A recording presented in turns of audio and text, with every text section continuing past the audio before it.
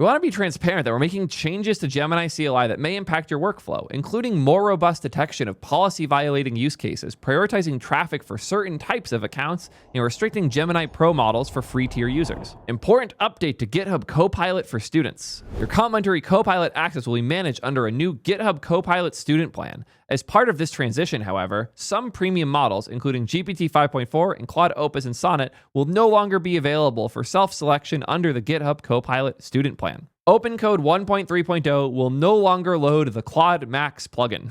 We did our best to convince Anthropic to support developer choice, but they sent lawyers. Hi, Google team. I'm a Google AI Pro subscriber, and I believe there's a bug or undocumented change in how quotas are being applied to my account. We should receive high, generous quotas refreshed every 5 hours with higher weekly rate limits than free users. However, my current anti-gravity UI is showing much longer cooldowns. It looks like the subsidization era might be coming to an end faster than we expected. I'm pretty surprised, if I'm being honest. I did not think Google would be the first company to really tap out here and start cutting off the free and subsidized access to users that are still hyped on Gemini stuff for some reason. It's kind of crazy to see how quickly the tides have turned here. From giving out thousands of dollars of inference for hundreds of dollars to locking out free users entirely and massively restricting what student plan users can have on things like GitHub Copilot. This is the start of the end. But in order to understand and appreciate the end, we probably need to better understand the start too. How we got here, what this all means, and what the future of the economics of AI development stuff is. Are these companies even going to exist in a few years? I have no idea. Thankfully, none of them are paying me for any of my coverage here, so I'm going to do my best to cover this all in an unbiased way and help you better understand where the tools and the subscriptions we're paying for now are going. But in order to pay for them, I need some money, so we're going to do a quick break for today's sponsor. Sometimes the popular solution isn't very good, and I would confidently say that's the case with GitHub Actions. The fact that we run most of our CI through them is pathetic, even if you're using something awesome like today's sponsor, Depot. They make your actions way faster, and also your Docker builds, but they are kind of hampered by what GitHub allows, because GitHub Actions, to be frank, suck. If only somebody who knew how to make actions better was to take the time to make better Oh, what's that on my screen? Now available Depot CI? Oh. Depot fixed GitHub Actions by killing GitHub Actions. I really like how they framed this here. They did everything they could to make GitHub Actions as good as possible, but there was always a ceiling they had to hit. And now they've hit it. Turns out they can only improve about 30% of the system, but the other 70% was outside of their control. That makes it slower, that makes it harder to interface with, that makes it impossible for your agents to do anything. And I'm sure we've all had to copy paste errors from our CI back over to our agents. What if there was a CLI they could use to actually get that information? What if there was more reliable ways to SSH into the boxes that are running your stuff so you can actually figure out what's going wrong? What if there were dashboards that gave you actually useful information and skills you could hand your agents to take advantage of all of this? What if GitHub Actions were reinvented today by people who knew what they were doing and wanted to enable agents to be more successful at building in your real code bases? And what if you could migrate everything over with 2 commands? Yes, it's actually that easy to get started. It's already way faster and better to use, not just for yourself as a developer, but for your agents too. Stop fighting GitHub and get back to work at soydev.link/depot. There's no such thing as free compute, and I want to be very, very strict about this fact. People seem to think that AI is just free once the models are created, and they're not. Just running local models on my own GPUs in my apartment costs me hundreds of dollars a month in electricity alone. These things do cost money. And if you're giving them out for free, there has to be a reason for that. It could be that you're making money on ads. It could be that you're trying to sway a customer with a trial. It could be that you're collecting a ton of data. And chances are it's some combination of all of those things in order to make this economically viable. But we're not getting to a place where giving out free inference in general makes a lot of sense. And this is a theory we've had for a while. The price of frontier intelligence has been going down somewhat consistently. This is a chart that shows how the cost of different models dropped from 2023 onwards, and things like 4o and 4o mini were upwards of 10 times cheaper than the equivalent of GPT-4 32K back in early 2023. And it seemed like this was going to stay the trend, especially with open weight models coming out and being even cheaper. But there's something we didn't expect. We didn't expect the amount of inference we are doing to go up exponentially. If you were to do a similar chart here for the number of tokens a model generated in order to respond to a question in 2023 versus now, the amount of tokens being used has gone up at least 10x,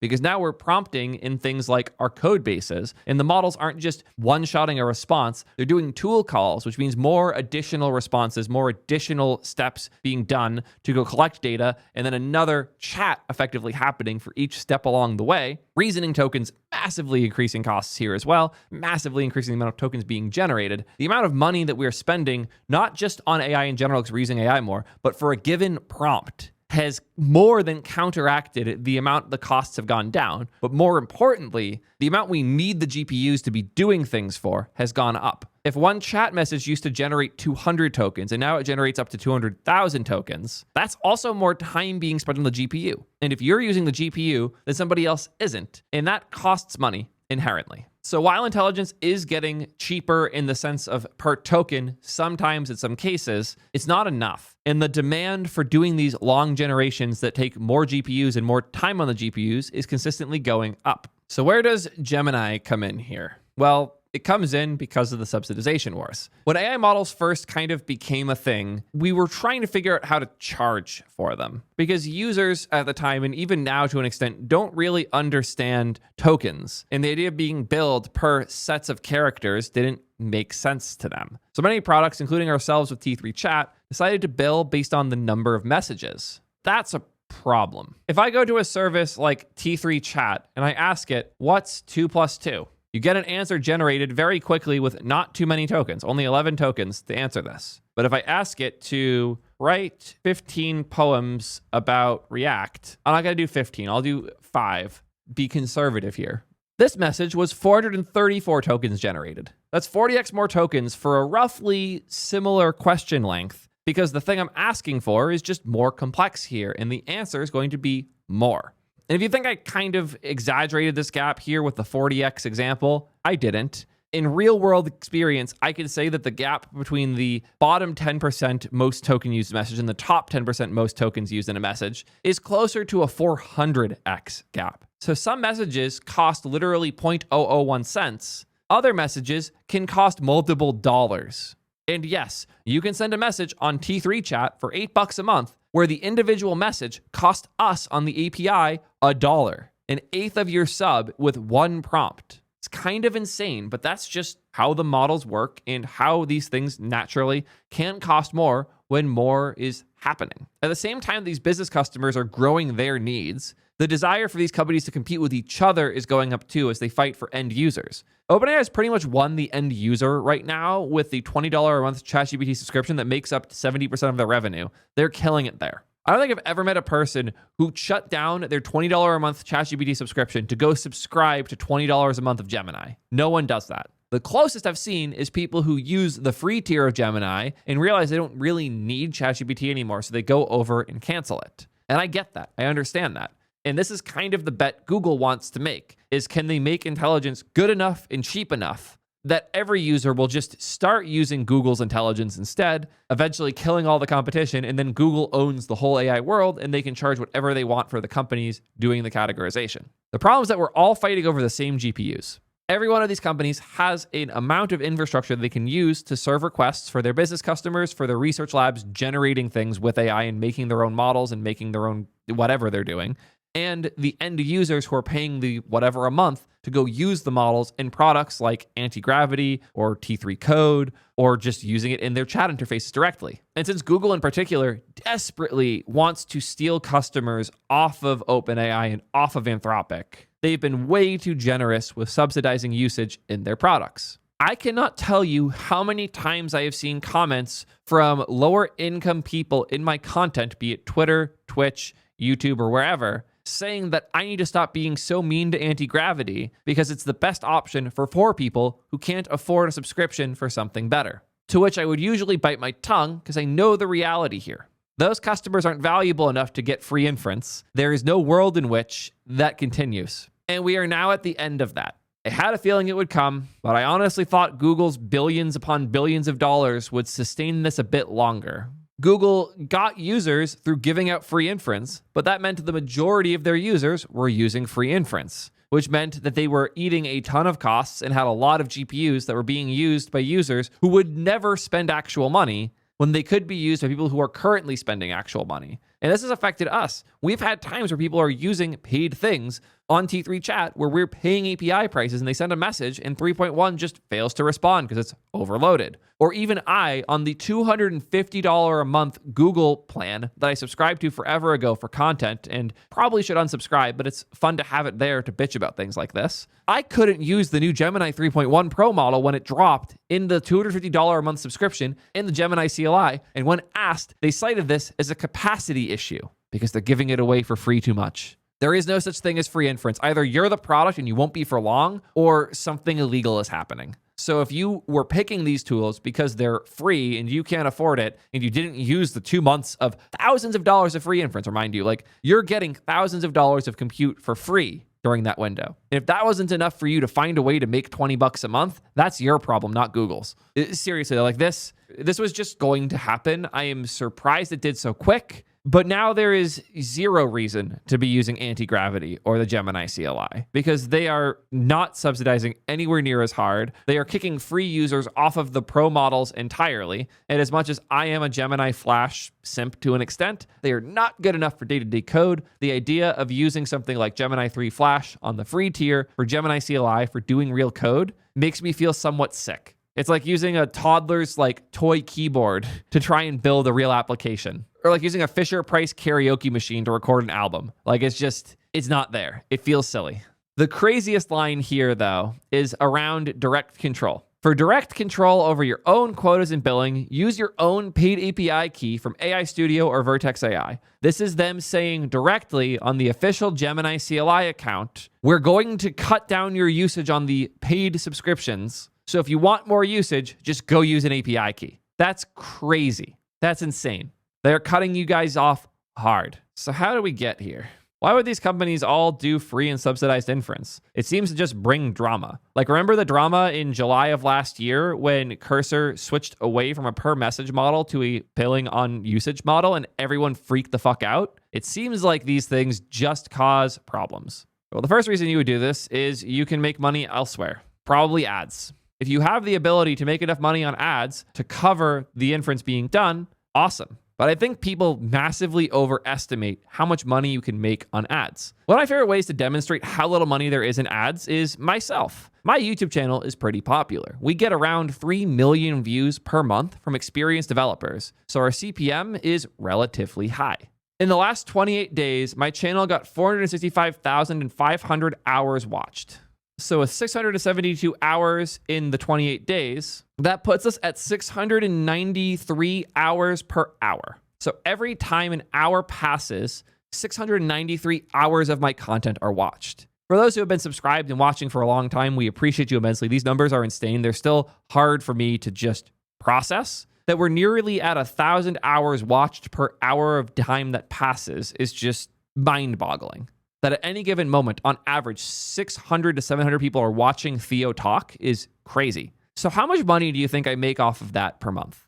Remember, experienced developers, high CPMs because these developers are experienced. How much money do you think I get off of YouTube ads per month? And again, do not answer chat if you already know the answer. Get a number in your head.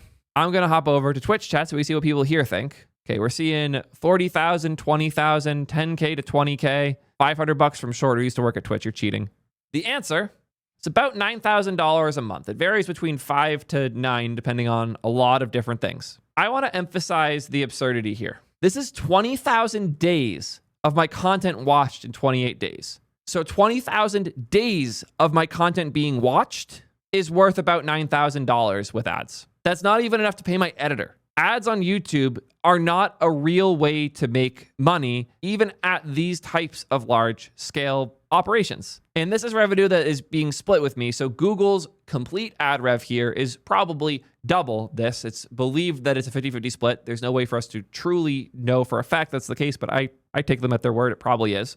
So Google, off of my content, theoretically made upwards of $18,000 total in that time. So if you think ads can cover the costs of inference, you're very, very dumb. Like, that's all I can say there. If we reframe this to be dollars per view, we are at 0.28 cents per view. Do you understand how small that is? And remember, an individual message can cost $1 or more. So if you think a little ad that makes a fraction of a cent underneath your prompt is enough to justify the prompt being free, I have a whole bunch of bridges down the street I would love for you to take a look at. Seriously though, like, there is no money in advertising, at least on an individual level. People see companies like Google pulling in billions for ads because they're doing it at the scale of billions. To make $1 billion on ads, first you must send 1 trillion ads out.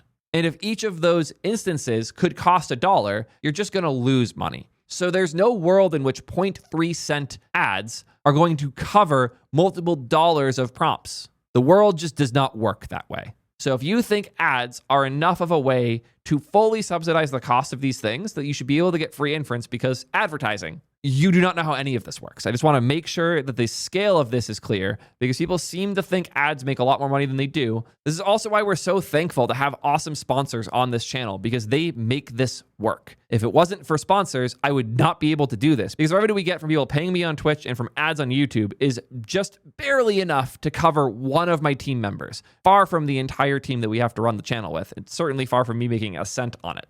In fact, I'm so thankful for my sponsors, I'm going to tell you about one right now. AI's gotten really good at building apps. Well, web apps at least. Once it comes to mobile, things get a lot messier. Even just trying to release the apps can be obnoxious. You want to take advantage of the cool things your phone can do, be it the AR side or the camera or all the other magical stuff embedded in the Swift bindings for your iPhone, you're kind of out of luck. Well, you were before Roor Max dropped, because this is crazy. I'm actually like genuinely blown away. I've been setting it up to play with for this ad, and I think I'm addicted. It's hilariously easy to make real applications with this. The one I made is a bit goofy, and you might notice that you can't really see it here. That's because I have it plugged into my phone. Roor now ships a Mac app so that you can link your phone and your computer together as you use Claude Code in the background, by the way, in order to build real native iPhone applications. This is a real Swift app that was built, and it wasn't even built on my machine. It was built in the cloud, and then they used their pipeline to put it on my phone when I'm working on it with my computer.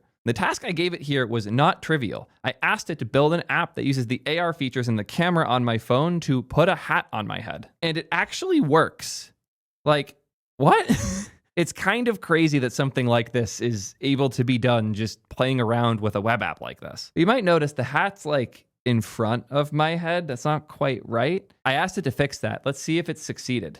You see, there's a little building button here in the corner, and I can tell it to rebuild and update the app on my phone directly. I also just want to say the onboarding is great. All of these types of little things that are really annoying to get right, it just tells you how to deal with them. And I've never had such a smooth setup doing an iOS thing in my life. Even official Apple stuff is significantly harder than this was. Holy shit, it actually worked. What? Like, these are the types of things that just were not realistic for people to do if you didn't know iOS well. But you can build anything with this as far as I can tell. They've shown off everything from Subway Surfers clones to flight management apps to full-on Pokemon Go clones. You can use all of the things your iPhone is capable of doing, all of the APIs, all of the stuff that would normally be a blocker. But the biggest deal by far, 2 clicks to App Store. I am blown away with Roor Max, and I bet you will be too. Check it out now at soydev.link/Roor. While sponsors can make me money, ads in this generic fashion cannot make enough money to cover inference. Hell, even my sponsors would not be willing to cover $1 plus per prompt for all of you guys to prompt for free. Just being realistic here. So what other reasons would somebody want to do free or subsidized inference? Another one that I see people talk about a lot and is real some amount is the data. We have now seen in various different scenarios that having chat histories with LLMs that have verified good results at the end is really powerful for training new models. You'll never be able to make a model smarter than the one that generated the original data you're training on, but you can get goddamn close and you can do it a hell of a lot cheaper. This is why Anthropic is so scared of all these Chinese labs getting access to prompts and other data from Anthropic models that they can use to do their own training. This is also why there have been some sketchy things that I've heard about and wish I had better examples to reference and show you guys, but I know from a good friend that there were some Chinese companies offering cheaper subscriptions for Claude Code that would require you to use their weird Claude Code wrapper thing, and it would still use Anthropic models for a much cheaper price, like $10 a month, I think. And the reason they did that is they wanted to middleman every request and collect all of the inputs and outputs so they could use that to go train things. At least that's my assumption, because I don't have any of this on the record and it was very illegal. They're also probably using all sorts of questionable methods to get that inference and all of that. But like that type of bootlegging is valuable because the data is so valuable. I would even argue that in the case of something like Cursor, they benefit greatly from this. Obviously, they don't benefit enough to give you free inference because, to be frank, the people who are unwilling to pay are also working on jack fucking shit in terms of useful stuff. So if you can't afford a $20 a month sub, your inference is worth less than the average person. If you don't have a job at a real company working in a real code base and you can't afford a Cursor sub because of that, we don't want your data. It's not useful. But if you are working at a company and you're just trying to min-max what you get per dollar, Cursor can justify subsidizing some amount because if they can get the data from your work and from your prompting, they can use that to train their own better, cheaper models that they can then use to lower their own costs. That all said, the data is not valuable enough to make this worth giving out for free. It just helps Cursor eat a little more cost than they would have otherwise been willing or able to do. And here's where we get to the real reason the companies are doing this. Stealing customers. This is a desperate attempt from the companies that have the money to afford it to convince people to use their thing. And generally speaking, there's two reasons somebody will change the thing they are using. It's because there's something else that's better, or there's something else that's good enough and cheaper. Those are the two reasons people will try something new. In a world where everything around us is changing, even identifying what is better has gotten really hard. And at the same time, a lot of these things have gotten more expensive. Like I went from having like two $20 a month subs at the start of last year to three $200+ a month subs. That happened real quick. That means getting customers is harder because I'm not going to just go blindly sign up for your $200 a month plan. I need to know it's better enough for my existing $200 a month plan to even consider it or look at it or care. But if you offer it to me for free, then I might take a look. And if your thing is good enough and free, I might go cancel the things I'm paying for and stick with yours. Or if it's cheap enough, just move to it and be happy. If you can't be better than your competition, or you're struggling to communicate the ways in which you're better than your competition, price becomes the easiest way to communicate. And I'm definitely not speaking from experience here, putting out the $8 a month chat app, T3 Chat. Definitely not something I would know way too much about. If you can't convince people you're better, convince them you're cheaper because that's easy. And then when they move over, they will discover how much better what you built is if it's better. Or they won't. So while going cheap or free can give you a huge boost in potential new users, if you're not good enough, you will not keep them. And you will just be wasting money on the people who are left over. So if we have this range of people, and on the right side we have billionaires, and on the left side we have 12-year-olds learning to code. The spend potential for these groups is massively different. And if you can make a product that is beloved by billionaires, you should probably do that because you can make a lot of money. But there's a line somewhere in this spectrum that is, I'll try it if it is free. And this line is the point at which people will be more interested in a thing if it's given out for free. This line's probably further to the right here. Even like some of the richest people I know are much more interested in trying a free thing than a paid thing. So there's a line somewhere here. But there's also an important range to identify here, which is the range of I will pay for the better thing. So if you make your thing free and you want to get paying users long term, this range here is a gold mine. The range between I'll try it if it's free and I'll pay for it if it's better. If you can get them in because it's free and then they stick with it because it's better and they start spending money, awesome. You can get a lot of good users from this bucket. I would argue something like GitHub has done this really well, where GitHub is a thing we all use because it's free and we see everyone using it. And then when we go to a job, we want to use it there, we start paying and they make a lot of money. But here's the problem.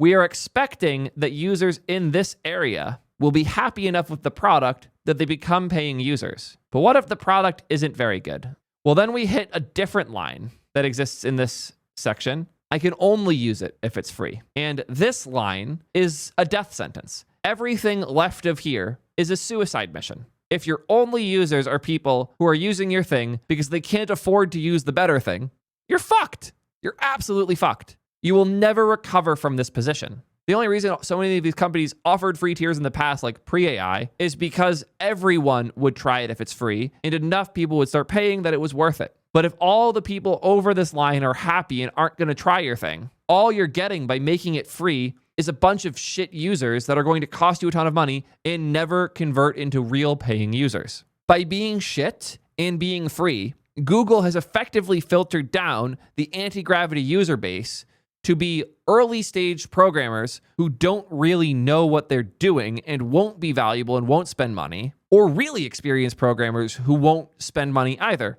Looking at you, Linus Torvalds, I saw you vibe coding in anti-gravity for some reason because it was free. But that's the reality of this. Most of these companies are doing the free thing because they're hoping someone like Linus Torvalds will try it because it's free. But in reality, what they end up with is all of these people who are only using it because they can't afford anything else. And those users are going to waste a bunch of your GPUs and energy and time and support especially. These cheap and free users are so expensive support-wise because they have so many needs. There's the classic meme of the $100 client will ask for all of your time and attention. The $1,000 client says, looks good. That's a very real thing. The users in this range aren't as expensive as the paying users or less expensive. They are often more expensive. They have higher expectations. They are more annoying, and the likelihood they ever make you money isn't near zero. It is zero. And Google's inadvertently put themselves in a position where the majority of the users of their code stuff live in this cursed corner. And that's why Google has to cut things off. But I want to compare this to other businesses. I want to compare this to something like Claude Code. There's another line somewhere in this that is, I can afford $200 a month. That doesn't mean you're willing to just go sign up and use it for that, but you are capable of spending that much money. So maybe you tried Claude on the free tier on the website. Maybe you got one of those guest pass things and you're trying out Claude Code. You're like, yeah, this is pretty impressive. I can see myself paying for it. So you bump up to the $20 tier, you use all your usage, and you're like, yeah, this is useful. I'll pay a bit more. You bump up again, and then eventually you're suddenly at the $200 a month tier. You then see that OpenAI put out a new model and you really want to use it. You don't want to have a second $200 a month sub though. So instead, you go try out Cursor because Cursor has a $200 a month plan, but it has Claude and it has OpenAI models in it. You were barely even using half your Claude sub anyways, so you'll be fine.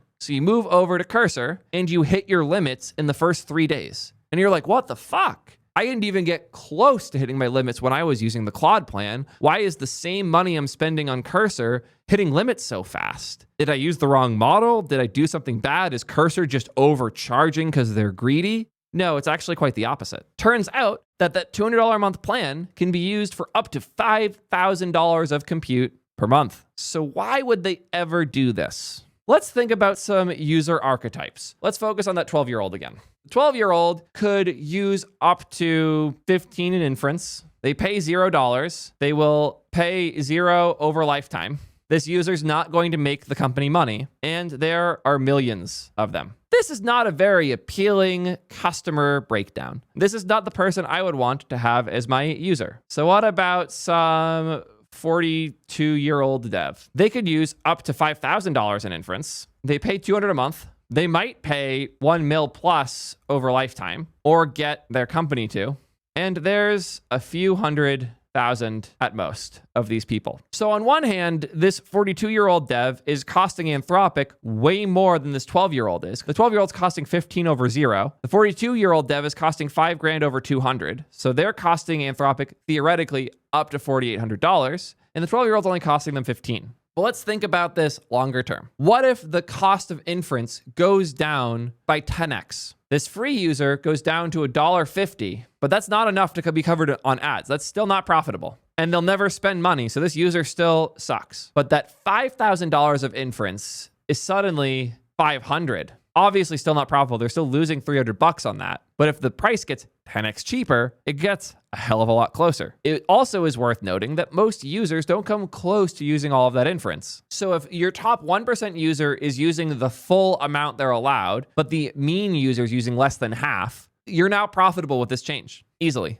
But if it gets 100 times cheaper, the 12-year-old still costs 15 cents, which might be almost enough to cover them with ads, or at least close. But it also means that Anthropic's cost is $50, and now they're getting a 4x profit on a top-tier user. This is just one of the different dimensions that has to be considered here. The more important one is that if you give me a $200 a month plan, I go use it personally, I really like it, and then I go to my company and say, hey, we should use this here. They subscribe the entire engineering org to it. 20% of that org actually uses it. and 10% of them use it heavily, that's 80% of my spend going to people barely using the thing, just paying free money to Anthropic. I'm kind of doing this myself because I'm maintaining the $200 a month sub and I barely use the Claude Code one because I'm too busy using things like Cursor and Codex CLI, mostly Codex CLI through T3 Code. So I'm barely using my inference, and that helps subsidize the cost for others. But if all of your users spend $0, they can't subsidize each other. And to those who are saying, but what about the kids when they grow up? They might use the thing when they're adults. It's not that they're going to be 12-year-old and poor forever.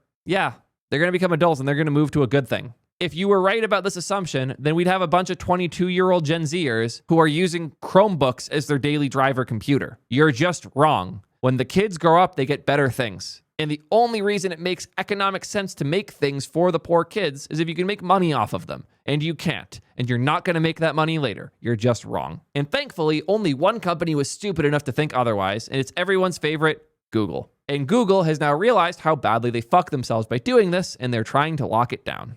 I will say with near 100% certainty that this type of subsidization has to die. There is no reason this ever should have existed. It was bad math on some PM's fucking plate that resulted in them giving out way too much inference for free or really cheap in a desperate attempt to get somebody to care about Google's developer products. And they failed outright. This type of subsidization is a little bit more interesting. On one hand, it is absurd. The amount of inference we're getting here is crazy. This can't last. They can't possibly afford to do this long term. But on the other hand, the amount they're subsidizing is going up. According to the same research I cited earlier, which was Cursor doing their own internal testing, last year, you could only use up to $2,000 a month for the $200 a month plan. So it was a 10x subsidization, and it's now a 25x since then. Anthropic is increasing how much you're getting in terms of a discount when you use their models. And there's a lot of reasons and a lot of incentives they have to do that, but the biggest is that they want to get people off of Cursor, where every model can be used, and onto Claude Code, where only Anthropic models can be used. They have a very strong economic incentive to do this, and they are going to keep being assholes because of it. It's the same reason they're being assholes to DAX and OpenCode. There's a lot of layers to this one, but one of them is that if you use other harnesses, it's easier to switch to other models, so you're less stuck in the Anthropic ecosystem. And it does not make sense for them to give you $5,000 of inference for $200 a month if you've moved off before inference gets cheaper. These subsidies only make sense if they make you a lifetime customer. So anything that risks losing you as a lifetime customer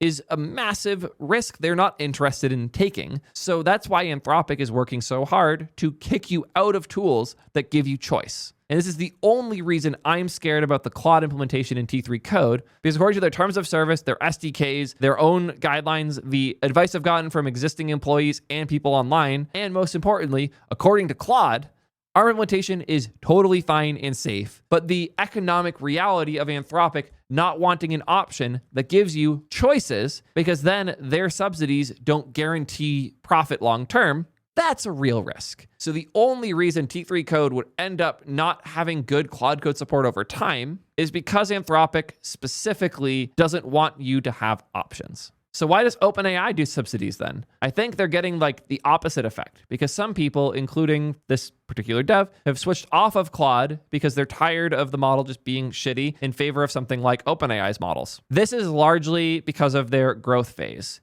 In fact, I can show you.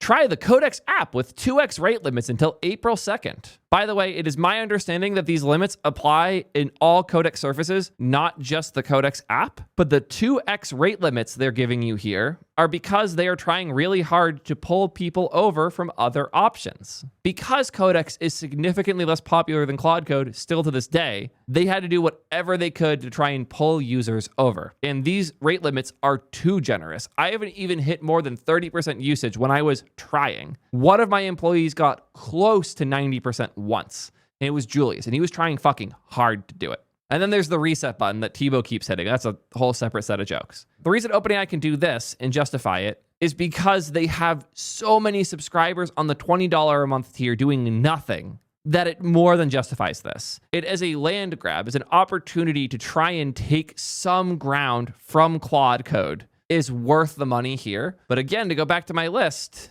this is all part of 3. The only strategy that makes real sense. The reason to give away free and subsidized inference is to steal customers. It will not create new customers. It will not grow the pie. The reason you do this is to take more of the pie away from someone else. And that's why OpenAI is doing a lot of different things now. Not only is this why they're giving us the temporary 2x rate limit, this is also why they're working with people like OpenCode and like us with T3 code to make sure we have everything we need to integrate, because they don't want to be the only option. They want to be the best option, because right now they are the option with 30% of the market at most. But if they give everybody a list of options and theirs is the best value and the best option, they will start to win more and more. And this is going very well for them so far. Whereas Anthropic, while having incentive to subsidize to keep their holds, they do not have incentives to keep offering their product near others. This is why you'll hear engineers working on codecs talk about Claude meaningfully, but you'll really struggle to get a Claude engineer to even mention codecs. It is just the unique shape of reality distortion bubbles they both live in, but it all comes down to where they are in the market. And if I'm being honest, as much as I've loved working with OpenAI and as great as the people I'm friends with there have been and just are pleasant to work with, I would suspect that if they get over 50% market share, that their tune will change quickly. Much like it has for Anthropic, who went from reasonable, somewhat generous, to if you're not using Claude code, go fuck yourself. And that happened really fast. So where does Google fit in all here? They don't, because they're clueless. Google as a business is desperately trying to get real AI customers, and they're doing that by forming dozens of different teams across the company with no communication and understanding of each other that are fighting over GPUs and allocation. And I've known people who work on dev tools at Google that could not convince Google to let them add Gemini Pro 3.1 because they wanted to reserve it to give it to the free users in anti-gravity. Yeah. Google subsidized so hard, they fucked over their own developers. And it's truly insane how much things are on fire there as a result. Where Anthropic does these types of things with a very focused strategy, Google's doing them because they're incompetent and they accidentally put themselves in a bad position. So while I'm doing my best to give you guys this framing that can help you understand all of these companies and why they work the way they work, none of these framings will ever work for Google, because Google is not working based on what makes sense. Google is working based on how Google works, which is not particularly well. I've been planning on doing the Gemini has bad vibes video for a while now. I don't even know if I'm going to bother, because I don't think anyone cares. The only people I knew who were using the Gemini models and were using things like anti-gravity heavily were the people who couldn't afford other things. And now that they have officially been booted from doing such, I suspect no one will be asking me going forward. Hopefully this helps you in your understanding of how these business incentives work, and maybe you'll look at your $200 a month sub with a little bit less scrutiny, or at the very least, you'll be a little bit more generous to services like us with T3 Chat that have to pay the full price when nobody else does. It's a great time to be a user of these subscriptions, but it is a terrible time to be a competitor trying to fight them. That's why all these companies are doing it. That's why small startups like ourselves get kind of screwed. And that's why you, a developer building with these tools, have an incredible opportunity to do awesome things. Seriously, if you can afford one of these subs and you don't have it yet, you really should go find one, even if that means not using something like what we built with T3 Chat, because they are such a high value return if you can actually use them, that it's one of your last chances to get this type of free value in life. You should take advantage of it while you can, but expect it to disappear any day, as we're starting to see now, and hopefully prices will get cheap enough that we don't need this long term. Until then, though, I'm going to do my best to max out my $200 a month subs. You should too. If you're looking for a place to do it, you should try out T3 Code. We offer all of these things in an open source wrapper. Anyways, I have nothing else on this one. I'm curious how y'all feel, and until next time, peace, nerds.